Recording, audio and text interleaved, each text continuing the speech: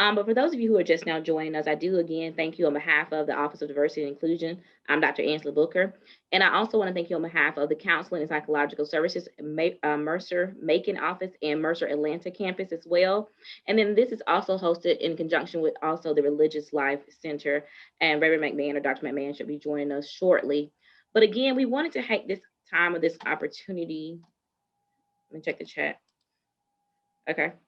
Take this time and opportunity to discuss recent events that we have recognized to have had an impact not only on us but also our Mercer family and our extended community, with us having an Atlanta campus and also having a very diverse and inclusive student body that are, they have homes all over the country and within the world, wanting us to be a global university. So I'll just continue to tell you why we chose this particular opportunity. So we decided to label this series that was similar to the one we had last summer called Let's Start the Conversation. But again, this one's called Stop the Hate. Okay. And again, why is this important? Because again, this is a virtual community conversation, and we wanted to have a safe space. Wait, I let somebody in, or Sarah can do that. Sorry. So used to doing a couple things at a time. But we wanted this to be a safe space for faculty, staff, and students to come together to not only discuss, but also reflect on the recent acts of bias motivated violence that we've seen in the nation, particularly in Atlanta campus, not Atlanta campus, but in Atlanta, Georgia, in the context of anti-Asian American and Pacific Islander racism. We do understand that there have also been several mass shootings, ones within the last 24 to 48 hours in other parts of the country. But this particular presentation will really focus on the anti-Asian American and Pacific Islander racism that we've seen in the last few weeks.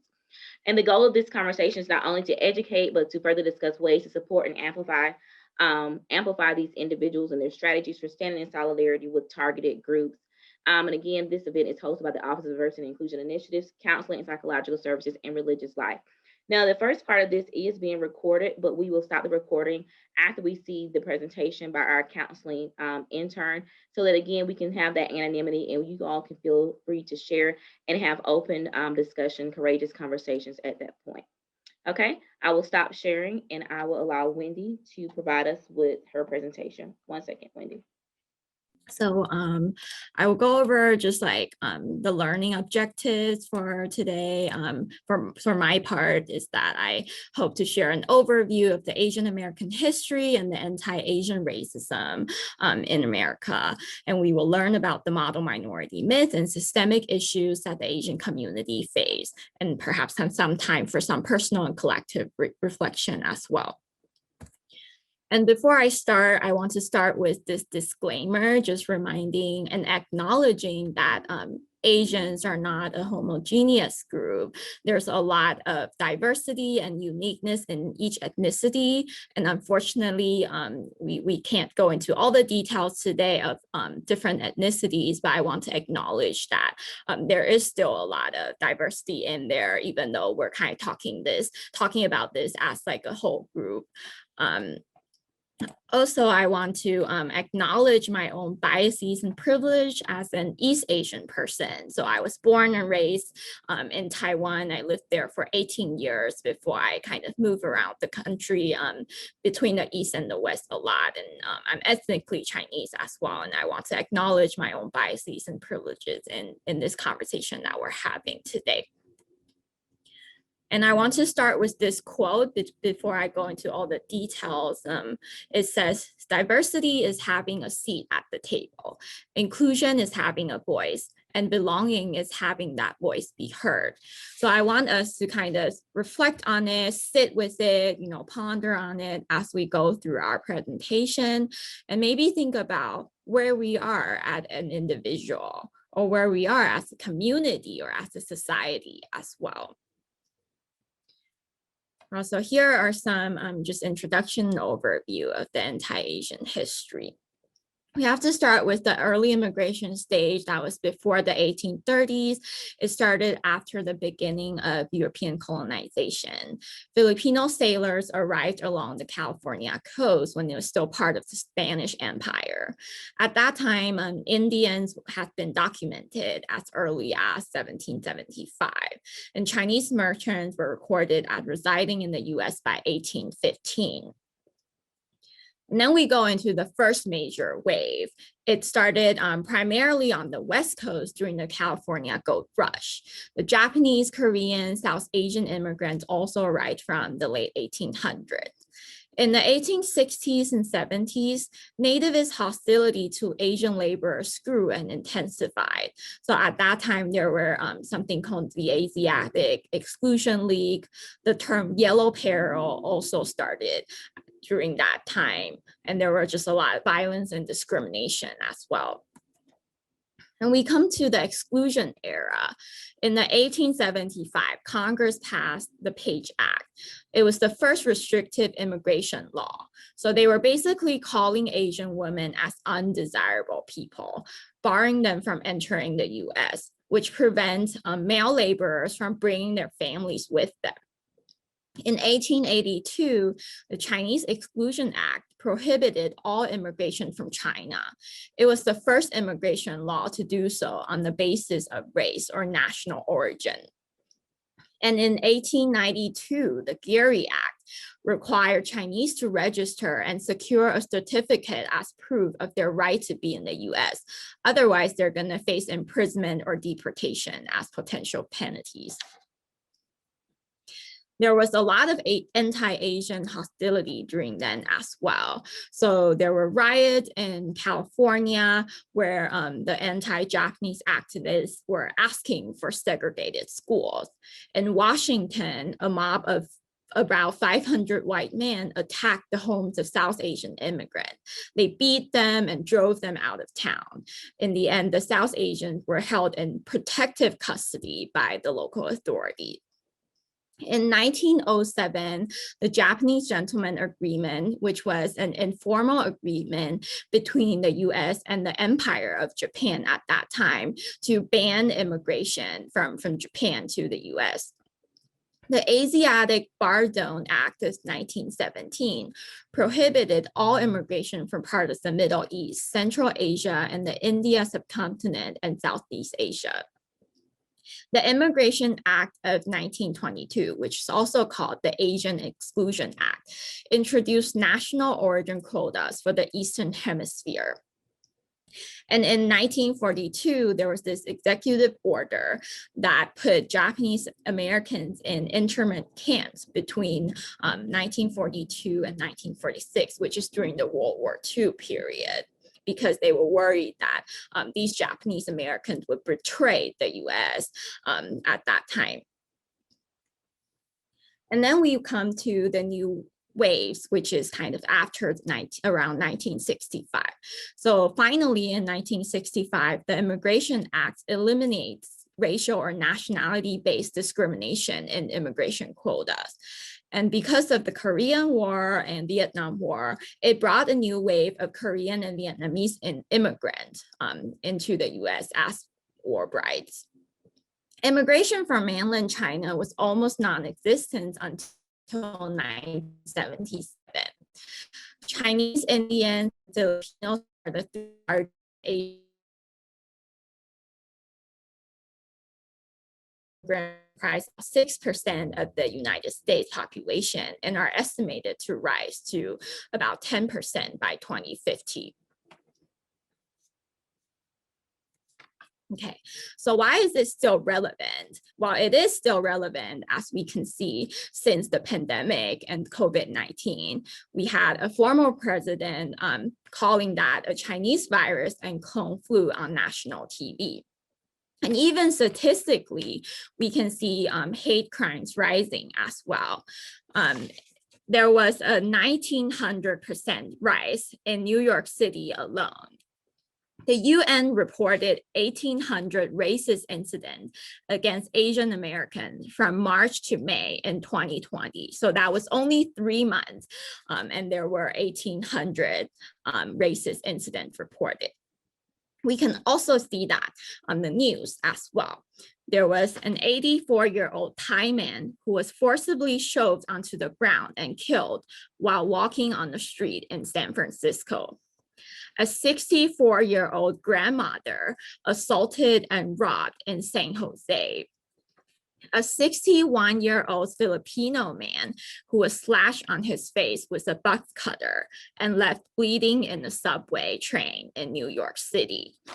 We saw the news in Texas as well. Someone was attacked because people thought that he was Chinese, even though he wasn't. And even just personal stories that I hear from my community as well. My Korean friend was bringing his sister to the airport at Atlanta when the pandemic first started.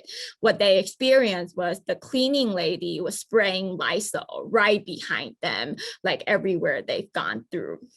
My roommate, who is also Chinese, and her church, being in the Chinese church, people in her church experiencing going to pharmacies and being asked to leave or to just be treated really not nicely. So Asian Americans are experiencing this collective grief as well. And I'm gonna show you a couple screenshots that I got from the news. I wasn't able to get the clip, so I screenshot some of the photos. But this was a 91-year-old man that was attacked in Oakland and in San Francisco, California. And if you don't want to look at it, feel free to take the break that you need, but it might be a bit graphic, but I just wanted to give you an idea of what has been happening.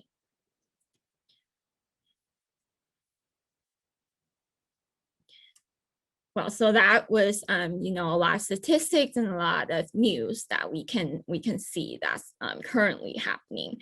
So we have to talk about systemic racism in order to address the issue. And to talk about systemic racism, we have to talk about the model minority myth. So what is the model minority myth? It is the stereotype that Asians are smart, polite, successful, law-abiding, hardworking, socioeconomically thriving model citizens. So Asians are shining examples of overcoming racism and discrimination to live the American dream. And you might ask, what's the problem? These are all great stereotypes. Well, the problem is that it downplays racism. So this term was actually used by politicians to conveniently downplay the role of racism and absolve white systems from taking real accountability for the inequities they've created. The portrayal of Asian Americans as successful permits the general public, the government official, and the judiciary to ignore or marginalize the contemporary needs of Asian Americans. The second problem, well, if we look at the statistics to kind of just show what's actually happening, 99.4% of the Asian American high school students had experienced the model minority stereotype at least once. And Asian Americans report experiencing as much racial ethnic discrimination as African Americans. And when it comes to workplace discrimination as well, 30% of AAPI reported discrimination in the workplace, which is the highest of any racial group. Asian Americans are stereotyped as high in competence, but low in warmth and dominant, perpetuating that Asians are ideal as subordinate employees, suited for technical competence positions, but are unqualified to be leaders and managers, which is also called the bamboo ceiling. The second issue with the model minority myth is that it creates a monolithic narrative. It leaves no room for the diverse experiences among the Asian community. It creates a huge disparity between different Asian groups. So being a Korean immigrant is not the same as being a Vietnamese refugee. And in this situation, we can also see that America selectively recruited and rewarded highly educated Asians with visa, immigration status, and pathway to citizenship. The third issue of the model minority myth is that it maintained a racial hierarchy. So again, this term was first used to describe Asian Americans by white America during the height of the civil rights movement. So at that time, white America argues, why wasn't the quote unquote problem minority, which they refer to the African Americans, more like the model minority, which in the end feedbacks to racism. It creates this racial hierarchy, putting whiteness at top and blackness at the bottom. So in conclusion, the model minority myth pits different minority groups against each other. Imagine there's a piece of pie and we cut it into 10 pieces. White people might have taken 9 pieces. So in the end, all minority groups had to fight for that last piece of pie there. The model minority myth also denounced the existence of white privilege. It downplayed racism and discrimination experienced by people of color in the US. Then there are other problems and stereotypes that Asian community face. So the first one being gender racism. Asian men are viewed as asexual, while Asian women are seen as sexually desirable, exotic, passive, or submissive. There's also this perpetual foreigner, that Asian Americans are fundamentally foreign individuals who will never fully assimilate into American society. So common microaggressions that we hear are, where are you from? Well, your English is so good, like these kind of things. There are other stressors such as racial imposter syndrome, where it just, the internal sense of self doesn't match with others' perception of one's racial identity, and it gives rise to self-doubt. So things like being called a banana, that you're yellow on the outside and white on the inside, or even an Oreo as well. There's also this internalized oppression, which is defined as turning upon ourselves, upon our families, and upon our own people, the distress patterns that results from the oppression of the dominant society. So internalized oppression prevents group members to connect with one another. It also makes oppressed group members discriminate against one another, which is the same as what I was talking about in the model minority myth, that we pit different minority groups against one another. Here are some quotes that I want to share just from the Asian community in some of the writing that may capture just like some of the experience. So the first one said, what other people see is that we are submissive, quiet, and reserved. What we actually feel is that we are not as important. Therefore, we should just follow others' opinions and desires. The world that we exist in tell us that we don't matter. Our family's words at home also reflect this sentiment, and we begin to internalize these negative core beliefs. So these just kind of capture kind of the internalized oppression kind of experience. There's also this story that I want to share that I came across this writing from this Asian girl who is currently living in Australia, also a white society as well. She wrote this article, said, I went to bed every night wishing I could just wake up white. And there were a couple of her stories or just part of her writing that I wanted to read to you, and just a trigger warning that sexual assault was involved in this. So if you, need some time away, if you don't want to listen to this, please feel free to do what it needs to take care of yourself as well. Well, so she said, when I was 8 years old and a white middle-aged man approached me in the supermarket, I was picking carrots for my mother when he told me, I really like Asian, and she inserted a body part. I can't wait to try your type, another body part. And remember that this girl was just 8 years old to be hearing these things. And she continued to share, and she said, when I was 13 and 14, old enough to take public transport by myself, I was sexually assaulted on the train. Both times, the men started with, where are you from? You're so beautiful. Are you Japanese? Are you Chinese? The first time, I froze as he began touching me and pressing me against the carriage wall. I didn't know what was happening. My mother has always told me that bad things would happen to bad girls, but I hadn't been bad. I didn't know what I had done. By the time I was 15, I wanted nothing to do with my race. I went to bed every night wishing I could just wake up white. I hated my parents because my life would have been so much easier if they weren't Chinese, if I hadn't been born Chinese. I stopped speaking my language. I had heard too many ching chong changs when I was walking down the street, courted too many catcalls, encountered countless white men who would leer as they passed me and shouted ni hao at the same time. And then she ended her article, and I wanted to share this quote here that she said, "I realized why my mother never comforted me when I cried about those men and what they did to me many, many years ago. She never did anything because she didn't know how to, because she realized that she couldn't protect her daughter from the same men, the same words that had hurt her." And I want to pause here and just kind of throw in, just the intergenerational trauma and the racial trauma, like what are we gonna do about it, and how can we do something about it to stop this from being passed down to the next generation. Just something to kind of ponder on as well. These are the references. And I have my email here. I'm going to shoot it in the chat as well if anyone have any questions, but that's it for my presentation today. Thank you. Thank you so very much, Wendy. That was outstanding. Thank you so much. You put a lot of effort into that, to making sure that we understand the basis of why some of this bias motivated violence is happening today, and really putting context to supremacy in our country, microaggressions and racism, and also sexism in our country. Thank you so very much.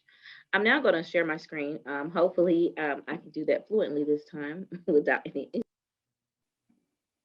What we see here, and I've shown this graphic a couple of times throughout different trainings that I've been through and or had the opportunity to coordinate. But we always talk about, well, how do things like this get started? How do we name and how do we identify hate crimes, and what does that look like? And so one of the things that I like to show people is this pyramid of hate, right? We talk about how things such as bias motivated violence happen, and it usually starts with this acts of bias. Okay, so these are casual things that individuals may experience, or they may have heard on news, TV, radio, what have you, or even their workplace, or even here on higher education campuses. And so usually the acts of bias start with the jokes, the rumors, the stereotyping, expressing insensitive remarks and non-inclusive language, antagonizing individuals. And so usually with these acts of bias, these are non-criminal in nature. Of course, with reporting, we can handle that in the Office of Student Conduct. We also can handle that with reporting through human resources if you see like any of these acts of bias. Sometimes that can be, also included in that could be microaggressions, because we know microaggressions, micro assaults, and micro validations are a direct result of those acts of bias. Okay. But oftentimes we see in our communities, we will see acts of prejudice where you see scapegoating, you see social avoidance.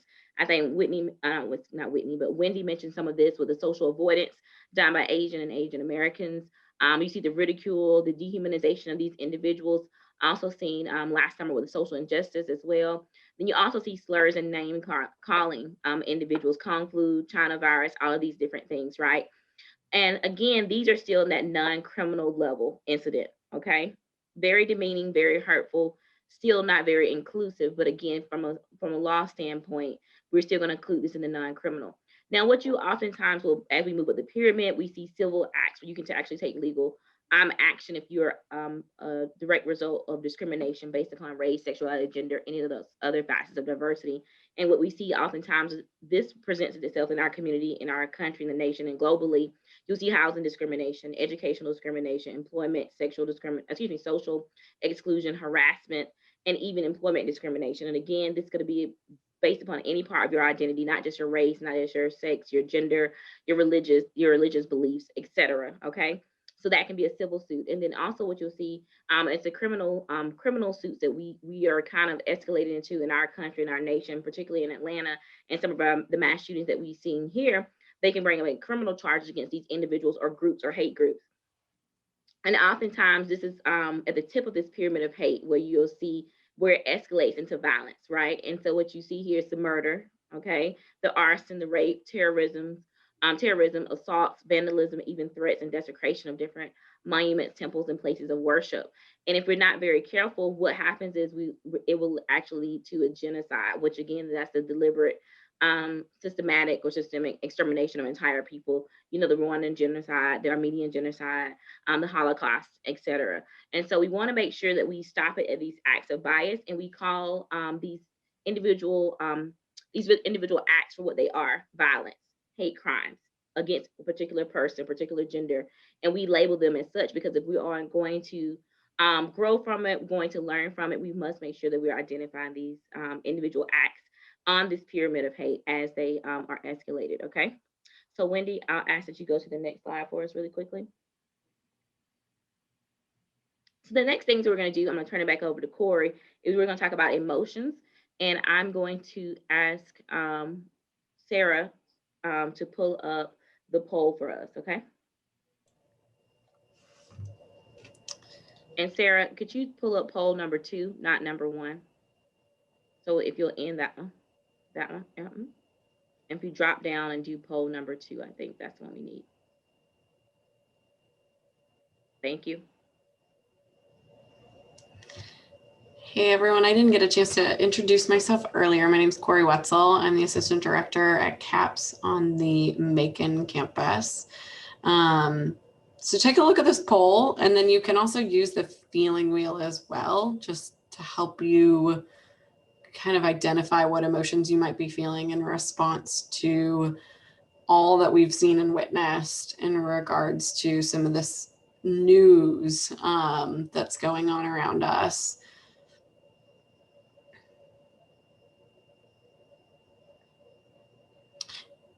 All right, I think almost everyone has answered. We have a couple more people, but we'll let people keep thinking about it and looking at it.